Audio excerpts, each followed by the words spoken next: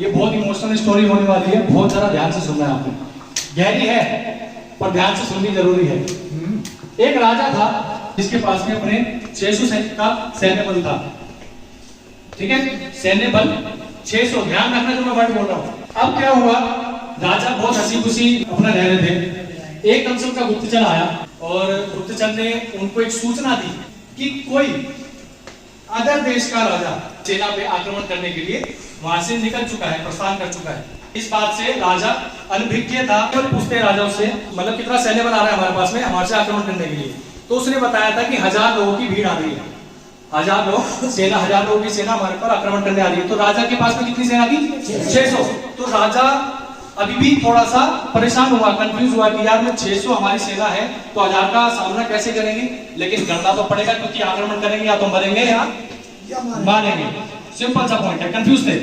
सूचना मिलने के बाद में राजा ने क्या करा, अपनी सेना को सुसज्जित किया और सेना को लड़ने के लिए थोड़ा सा तैयार करना स्टार्ट किया। ऐसा था कि राजा का जो राजपाट था उसके और जो दुश्मन है उसके बीच में एक नदी का गैप आता है, बहुत बड़ी नदी है, मतलब काफी बड़ी नदी है। उसको तैर के पार करना बहुत मुश्किल है, नावों के थ्रू या जहाज के थ्रू आपको उसको पार करना पड़ता है। ठीक है, 600 सैन्य बल उस राजा के पास था, आक्रमण करने एक सेना उसके पास आ रही थी। उस नदी को पार करने से पहले उसके पास में काफी चलने का साधन था, लेकिन उससे पहले राजा को पता चल चुका था। तो राजा ने अपनी सेना को तैयार किया और 600 सैन्य बल लेके अपनी सेनापति के साथ में चल दिया।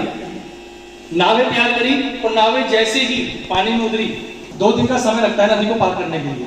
अब क्या हुआ कि राजा ने जैसे उसको सेना को पार करना स्टार्ट किया, अब वो नाव के अंदर जा रहे थे, नदी के अंदर जाते ही जैसी नदी पार करी, गुप्तचर दोबारा आता है और गुप्तचर कहता है कि महाराज एक छोटी सी मिस्टेक हो गई है।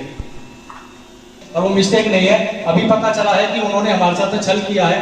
हमें ऐसी सूचना दिलाकर उन्होंने छल किया है कि 1000 लोगों की ही सेना आ रही है। तो राजा ने पूछा कि कितनी सेना आ रही है, तो उन्होंने कहा कि 1000 लोगों की सेना नहीं है, 10,000 लोगों की सेना आ रही है। कितनी? 10,000 लोगों की सेना आ रही है।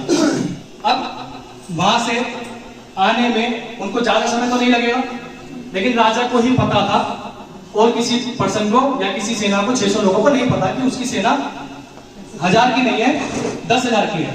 कितनी है? 10,000 की है। अब जैसे ही वो सेना आ रही थी, राजा के दिमाग में बहुत सारे प्रबंध चल रहे थे कि अब क्या करें, अब तो मरना निश्चित है। पर उनके दिमाग में एक चीज बैठी कि हमारी सेना को कुछ ऐसा कर दिया जाए कि वो 10,000 में भारी पड़े। पर वो क्या थी ऐसी बात, ध्यान से सुनना दोस्तों इस चीज को। वो क्या है ऐसी बात कि वो 10,000 पर 600 की सेना पर भारी पड़ी।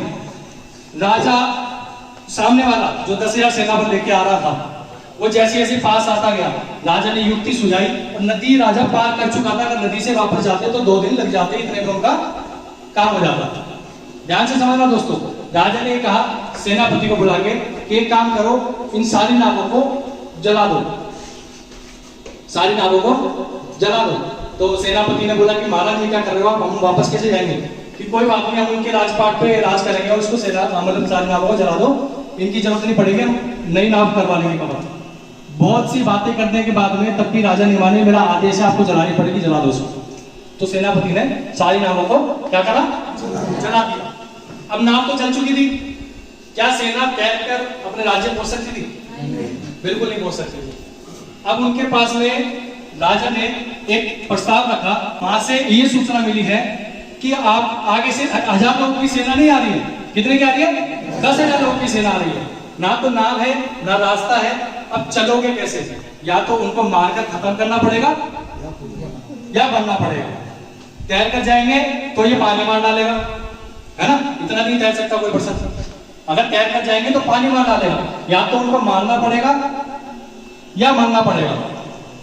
भूख प्यास से अगर वहीं पर रहते, भूख प्यास से अगर वहीं पर रहते तो वो वैसे भी मर जाते। अगर वो युद्ध भी ना करते और भूख प्यास से रहते, क्योंकि पूरा सफर पार करना है, नावों का इंतजाम होना बहुत मुश्किल है, तो वो वहीं पर मर जाते। अब उन्होंने क्या करा, उस सेना को आमंत्रण किया और सीधा धावा बोला उस सेना के ऊपर। और 600 सैनिकों ने, दोस्तों आपको क्या लगता है कि 600 सैनिकों ने 10,000 पर विजय प्राप्त की होगी? कितनी की होगी? क्यों? क्या ऐसा पड़ाव रहा होगा वहां पर? वो पड़ाव था जोश, भूख, परिवार, सपने, ये सारी जो चीजें हैं जो हमारे को तंग करती हैं, परेशान करती हैं, और हमारे को जीने के लिए भी इनका पड़ाव चाहिए होता है, इनका प्रेम चाहिए होता है। वो पाने के लिए हमें कुछ ना कुछ तो करना पड़ेगा ना। उसी के लिए हम लोग बैठे हैं यहाँ पर, उस प्रेम की भावना से कि मेरे परिवार, अगर वो सेना यहाँ पर आ गई, हमको मार देती है, हमारे राजपाट पर कब्जा कर लेगी, उसके अलावा भी उस राजपाट पे हमारी बीवी बच्चों का क्या हाल करेगी, हमें नहीं पता। अब या तो मारना है या मर जाना है। तो दोस्तों, ये सेना की शुरुआत की, तो हमारे पास में भी कुछ सेना सुसज्जित है। उन सेना में भी कुछ लोग ऐसे हैं जो इस मंच पर आने के हकदार हैं। उन हकदार को, उन लोगों को मैं यहाँ पर बुलाना चाहूंगा। तो वन बाय वन मैं नाम लेता हूँ और वो स्टेज पर आते चले जाए।